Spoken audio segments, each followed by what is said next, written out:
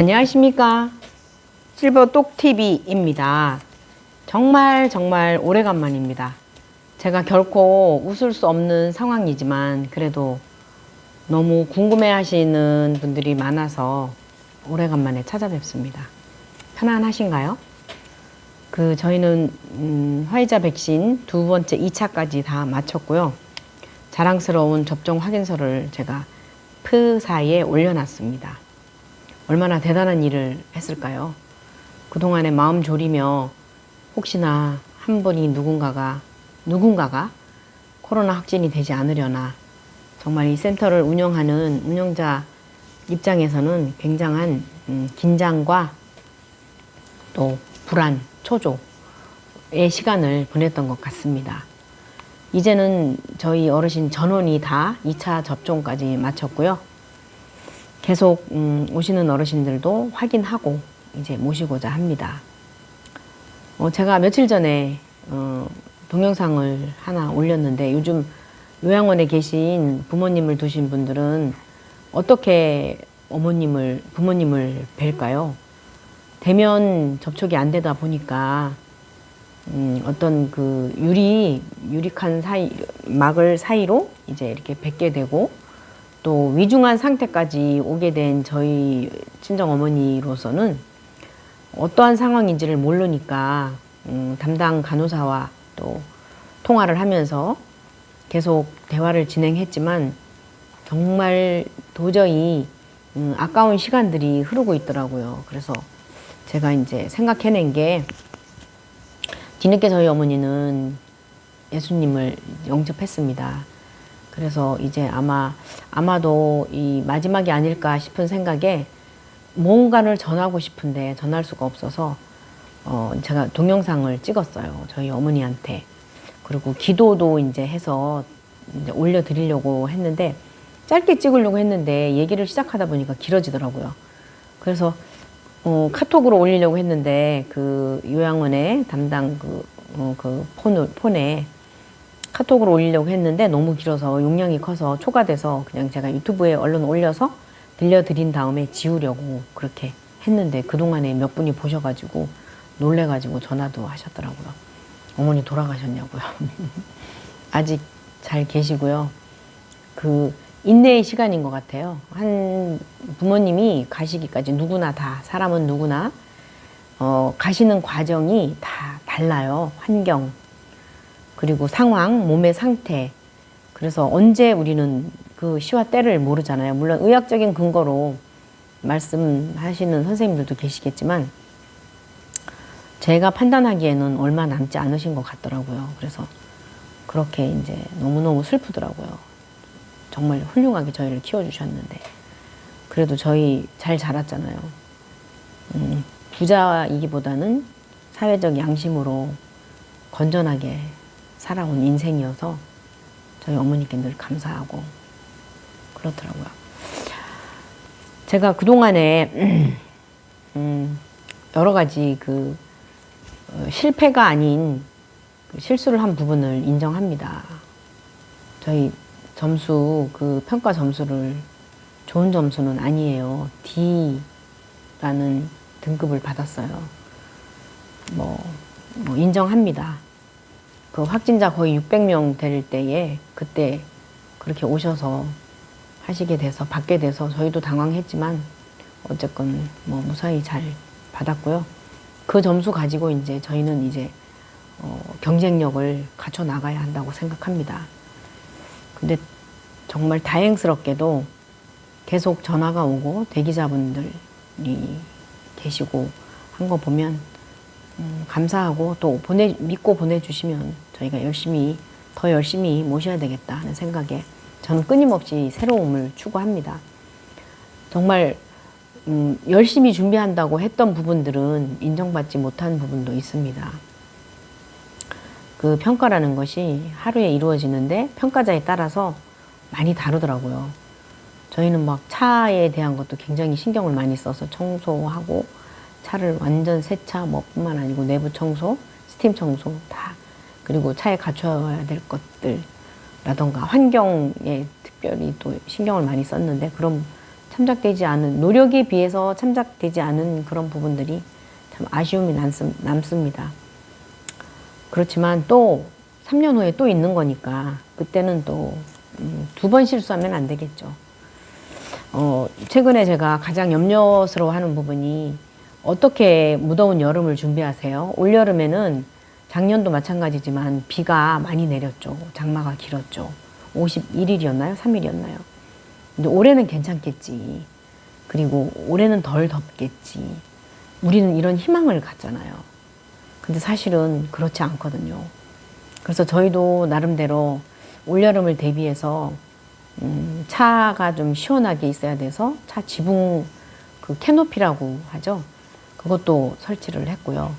또 어르신들이 조금 더 시원하게 계실 수 있는 방법이 뭘까 생각해서 최대한 센터 내에 그 온도를 신경 써서 조정하고자 합니다.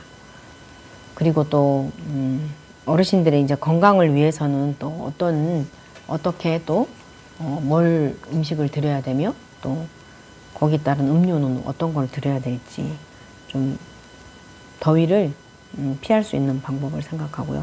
그동안 제가 유튜브를 하지 않으니까 참 편하더라고요. 정말 너무 쉴 시간이 많고 너무 마음이 여유롭더라고요. 이렇게 사람은 누구나 그 리더가 된다는 게, 뭔가를 한다는 게, 남들이 하지 않는 걸 한다는 게 얼마나 힘들고 또 자신에게는 행복이 아니에요. 스트레스예요. 그래서 저는 제 자신이 행복해야 되겠다. 그 생각을 더 먼저 했고요. 이제 그래도 또 한편으로는 자꾸 구독자님들의 전화와 그런 안부 전화와 또 염려의 그런 전화가 와서 제가 다시 이제 올리게 됐고요. 그만큼 60세가 되어서 그 유튜브를 한다는 게 편집이나 이런 것들이 굉장히 많이 힘든 부분들이 있더라고요. 그래서 가급적이면 이제 눈도 많이 안 좋아져서 편집을 좀 많이 안 하고 있는 그대로 좀 올리려고 합니다. 그래서 이제 제가 다시 추구하고자 하는 거는 우리 주간보센터가 어려움이 있다면 아마도 연료비에 대한 문제가 참 어려울 것 같고, 미래는 또 환경과의 전쟁이잖아요. 이제 다시 돌아오지 않는 과거의 그런 환경은 우리가 이제 기대할 수 없고요. 제일 시급한 것이, 저도 이제 전기차로 미리 바꿨고 대체 에너지를 어떻게 활용할 것인가. 그래서 태양광을 어떻게 하면은 연구를 해서 아니면은 최저의 비용으로 태양광으로 충전을 시킬 수 있는 방법이 뭘까 하는 거를 꾸준히 생각하고 있고요. 또 제가 이제 그 3D 프린터를 구입을 했어요. 이제 3D 프린터로 저희 어르신들께 좀 보여드리고, 또 60세 정도 되신 분들의 퇴직하고 이런 분들의 그 미래의 삶을 위해서 새로운 이 접하지 않으면 안 되는 그런 AI 시대에 그런 변화들에 대해서 조금이라도 공부를 해보고 싶어서 스터디 그룹처럼 이제 이거를 진행해 보고자 합니다. 그동안 계속 코로나 때문에 이 실내에서 어떤 행사를 한다는 것이 부담이 많이 됐었는데, 결국은 지역사회가 우리 주간보호센터 위주로 흘러갈 수밖에 없겠구나 하는 생각이 많이 들었어요. 그리고 개인적으로 이렇게 열심히 어떤 사업을, 비영리 사업이지만 어쨌건 개인이 이렇게 열심히 찾아서 틈새 시장, 그리고 지역의 어떤 봉사정신과 같이 나누고자 하는 것이 무엇인지 제가 깨닫게 됐고요. 그래서 미래 학교를 이제 열을까 해요. 코로나도 어느 정도는 좀 잠잠해졌고, 그래서 여기 센터를 좀 오픈할 생각이고요.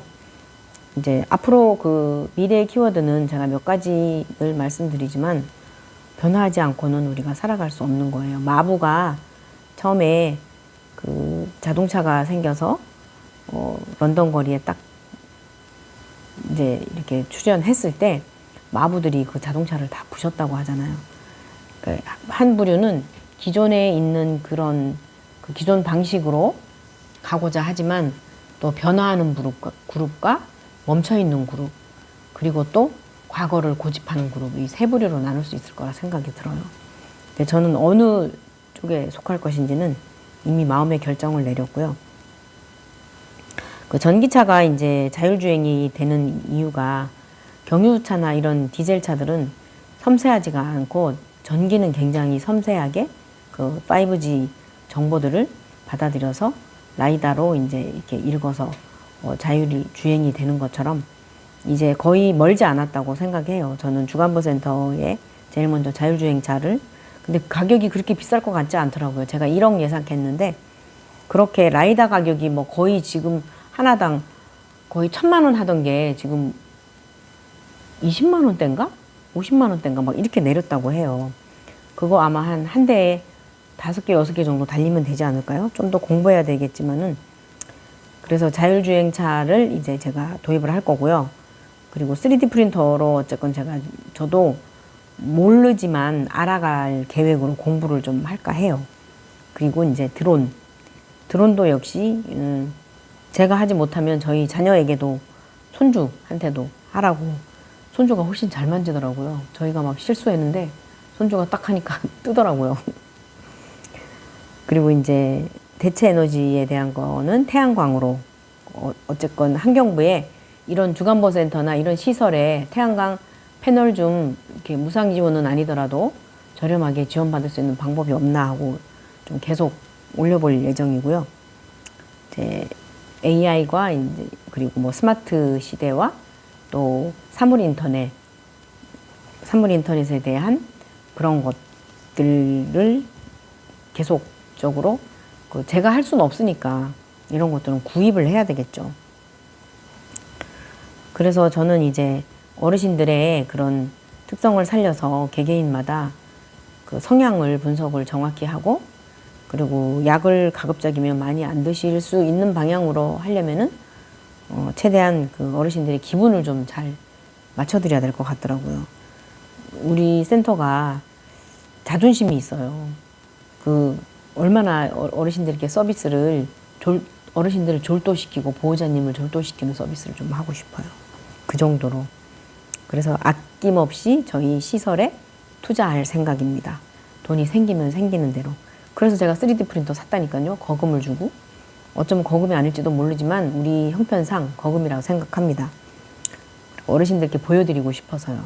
제가 전기차를 처음에 구입해서 어르신들한테 태워서 거기에 시승을 해서 이게 전기차랍니다 했는데 반응이 어땠는지 아세요?